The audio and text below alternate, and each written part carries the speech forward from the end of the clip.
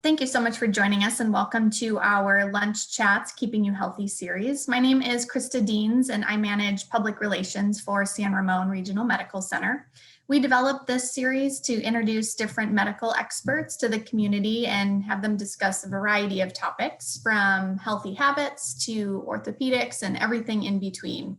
And today we have the pleasure of introducing Dr. Aileen Murphy. She's a general and bariatric surgeon with us. And she went to medical school at Touro University in Vallejo, California, and completed her residency at Kern Medical Center in Bakersfield. And she also completed her fellowship at Legacy Weight and Diabetes Institute in Portland. And today she's going to be talking with us about surgical weight loss options. And thank you so much for joining us today, Dr. Murphy.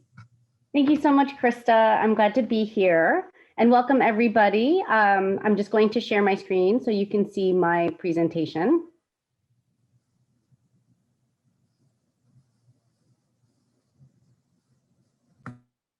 Oh, sorry, it didn't go to the beginning.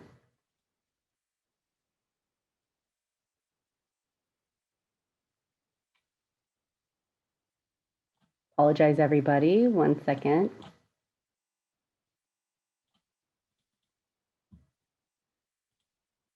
Okay, there we go. All right, welcome everybody. This is a lunch chat, keeping you healthy. I'll be focusing on surgical weight loss options since I'm a bariatric surgeon and this is my primary focus.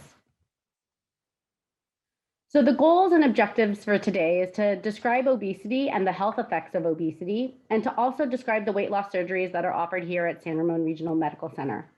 Often the most enticing information is the preoperative workup that's related to the weight loss surgery. As a disclaimer, this is not intended to persuade you to have surgery and should not be considered medical advice. And only you, your family, and your medical doctor and your surgeon really should know if bariatric surgery is right for you.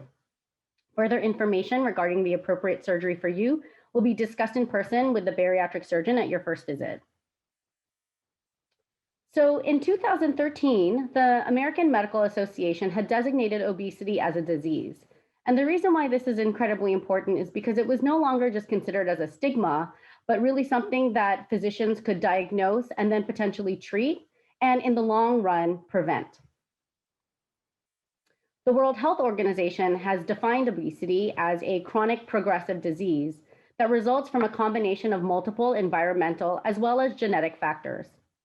Obesity is a disease that has serious physical, psychological, and economic implications for patients and can pose major challenges for the physicians that take care of them.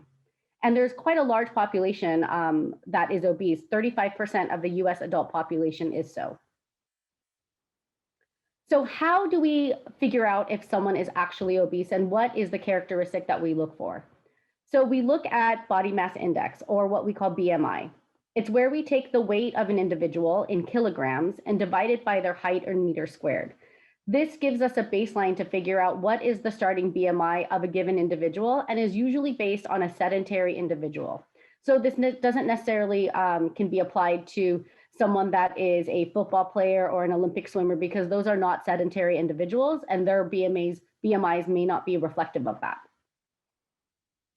How we classify this is that anybody that is between 18.5 to 25 is optimal.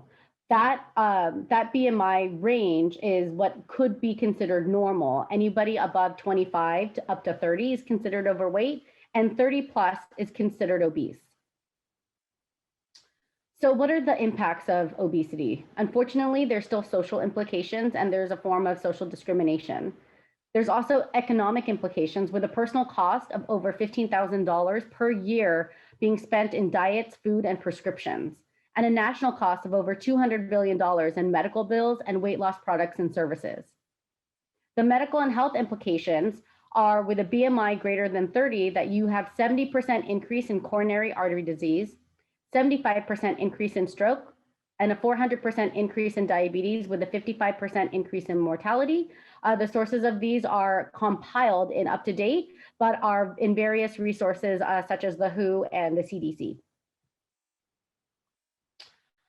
There's also obesity-related conditions where high blood pressure, diabetes, degenerative joint disease, sleep apnea, and acid reflux and depression are the most common amongst my patients. There's also a link to cancer where patients that have excess adipose tissue can cause an inflammatory response. And this inflammatory response within the tissue makes it so that the cells regenerate. When the cells start to regenerate and do not have the signal to stop, that is what actually causes the cancer. So the idea behind the obesity link to cancer is that when there's more adipose tissue, there's more risk of having a cancer or unbridled growth. So what are your options at that point? So the options are diet and exercise and behavioral changes. This is helpful for up to 10% of loss of excess body weight. Unfortunately, this is ineffective long-term, and less than 5% of the patient population can really sustain this significant weight loss.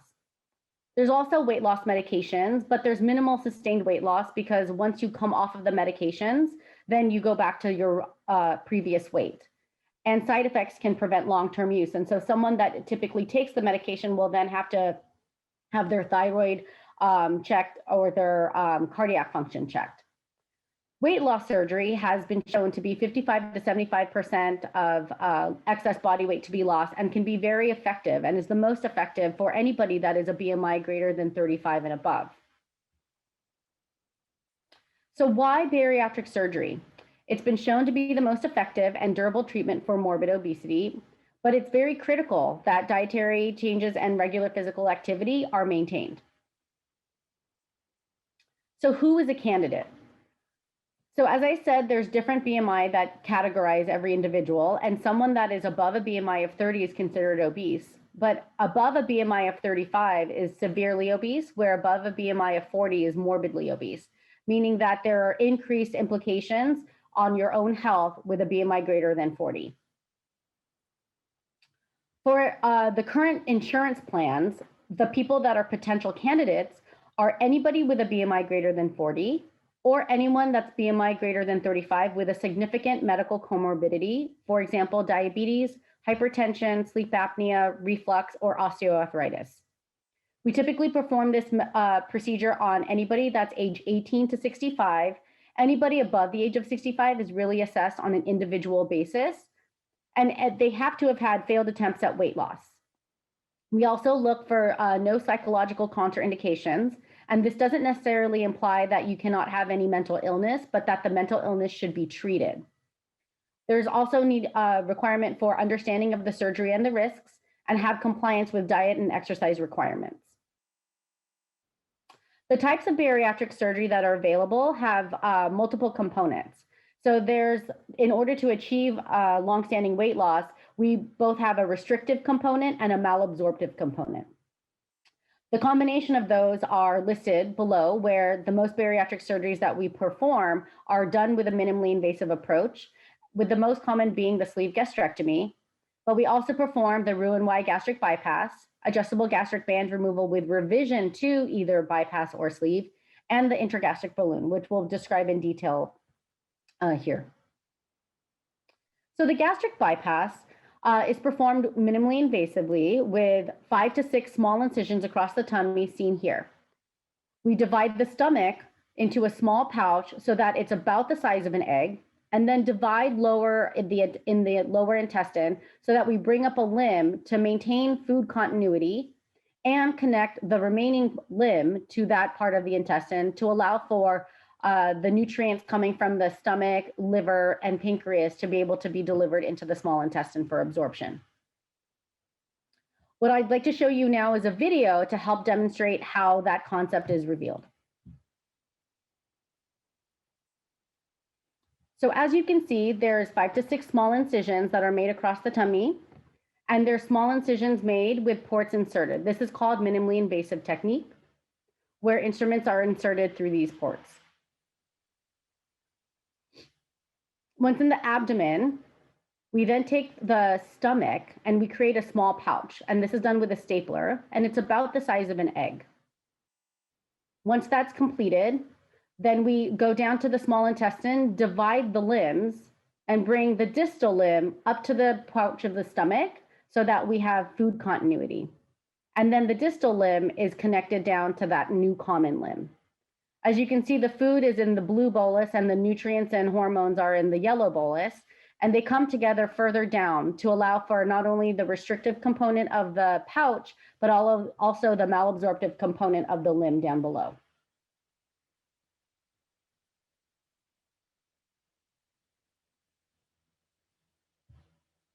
And this is just another pictorial representation of the fact that after surgery, we've now created a small pouch the size of an egg and a limb to allow for food, and the common channel to allow the proximal limb to be connected. This is just another picture to allow for that representation where a small pouch is created and that distal limb is brought up to allow for food continuity, and that all of your other bypass stomach and nutrients can come through that specific part of the limb. The sleeve gastrectomy is performed with similar approach where there's 5 to 6 small incisions across the tummy, and it's done minimally invasively as well. And the lateral portion of the stomach is excised with a stapler to create a tube of the stomach.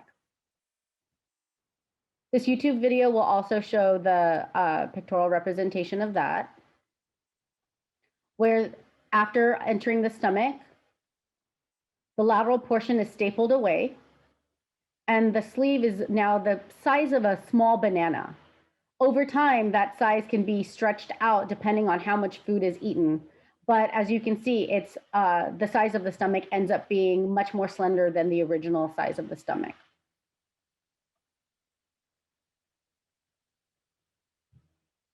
What you end up with is the size of a stomach that's about the size of a banana because the lateral portion of the stomach has been removed. This is another picture just showing how the stomach is divided along the vertical length and excess stomach is removed. Otherwise, the GI tract is not altered.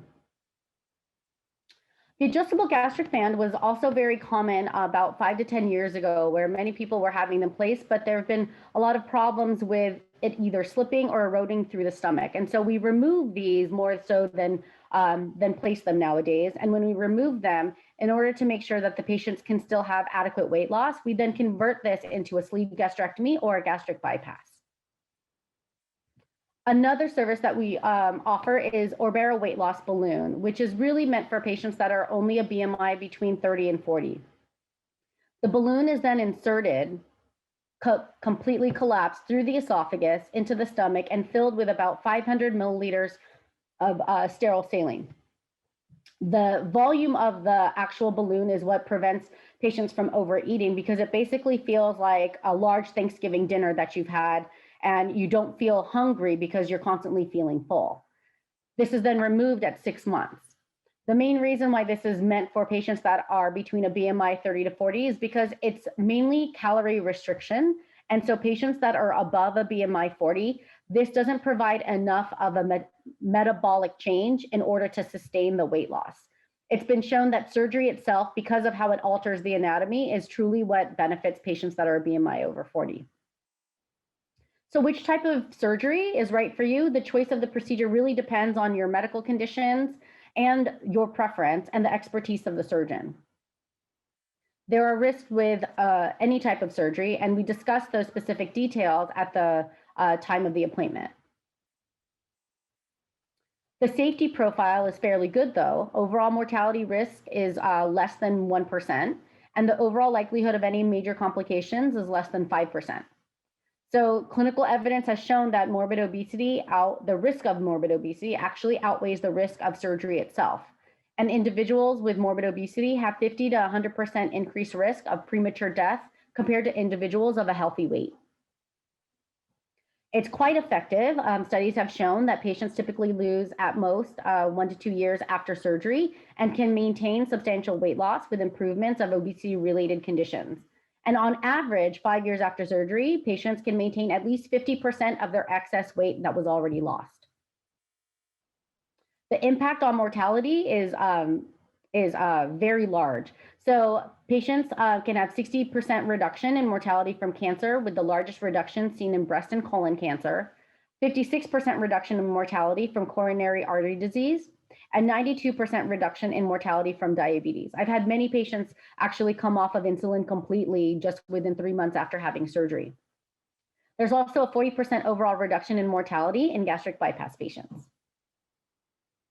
So the impact on comorbidities is featured here in this picture, where it shows that all of the multiple medical comorbidities that can happen, that many of them can be resolved, most notably type 2 diabetes, reflux, and polycystic ovarian syndrome. I have had many patients who have had PCOS, which is polycystic ovarian syndrome. And after weight loss, they had thought that they would never be able to become fertile, and they thought they would never be able to have children. And after having surgery, there's 100% resolution of that menstrual dysfunction, and they become fertile again.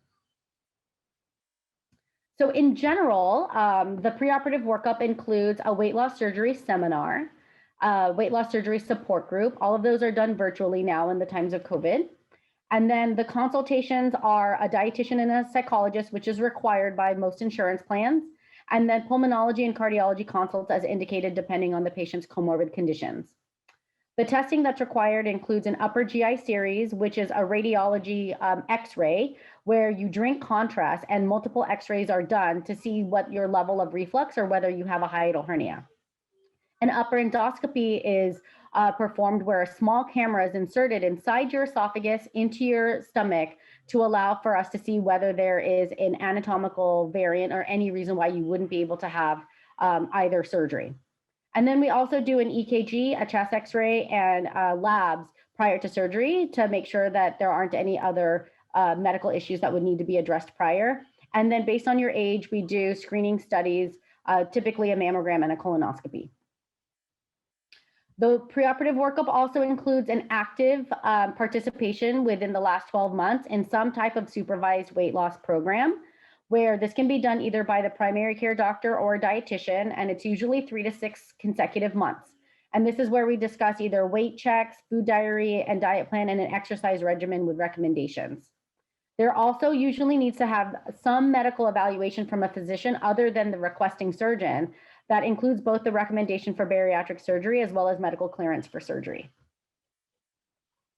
So what to expect when once you've completed all of your workup, what do you do around the time of surgery? So typically about 2 weeks before the surgery, there's a high protein, low carb, modified liquid diet for that time to shrink the liver. And then while in the hospital, it's about a 1 to 2 hour surgery with 1 to 2 nights in the hospital, typically just one night to make sure that you aren't too nauseated and that your pain is under control.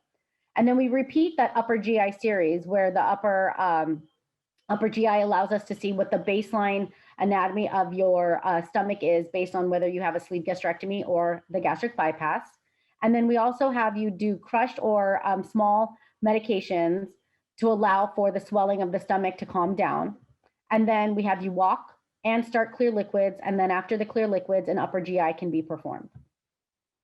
And then the full liquids can be resumed. At home, you're on small pills or liquid for pain control, depending on your tolerance. You're to practice small sips because your stomach is still initially swollen. And then at least aim for 60 grams of protein and at least 64 ounces of water. And then I see you about 2 weeks post-op, and then 3 months, 6 months, and then yearly for 5 years. And then labs are checked at every post-op visit starting at 3 months to make sure that your vitamin levels are appropriate and that your weight loss is also is appropriate. So our philosophy is that our surgeons are very highly qualified experts that have received fellowship training in advanced minimally invasive and bariatric surgery. We strive to provide our patients with care that is multidisciplinary, comprehensive, and above all, compassionate. And we genuinely hope to provide you with the support that you need to help achieve your weight loss goals. When you choose a surgeon, it's very important to consider that you're going to be on this journey with them for quite a while. You'll have a 3 to 6 month program, and then you'll be tied to them for 2 to 5 years after the surgery. And so the surgeon that you select may require additional information, and the additional studies and testing may also be required afterwards. Thank you so much, and that's the end of this discussion. Excellent. Thank you so much, Dr. Murphy, for joining us. We certainly appreciate your time. And if anyone did have any questions, For Dr. Murphy, please feel free to head to our website and click on the Contact Us page, and we'll make sure that we get you in touch with Dr. Murphy. And if you did happen to join late, we're also going to post this presentation on our YouTube page as well. And I just want to note too, our next webinar will be next Wednesday, February 10th with Dr. Judson Brandeis. He's a board certified urologist and male sexual medicine expert, and he'll be discussing a variety of topics related to men's health. So if you'd like to join us for that, definitely head to our website and register for that one. So thanks again so much, Dr. Murphy. Again, we appreciate your time. Thank you so much. Glad everyone could join. Take care, everyone.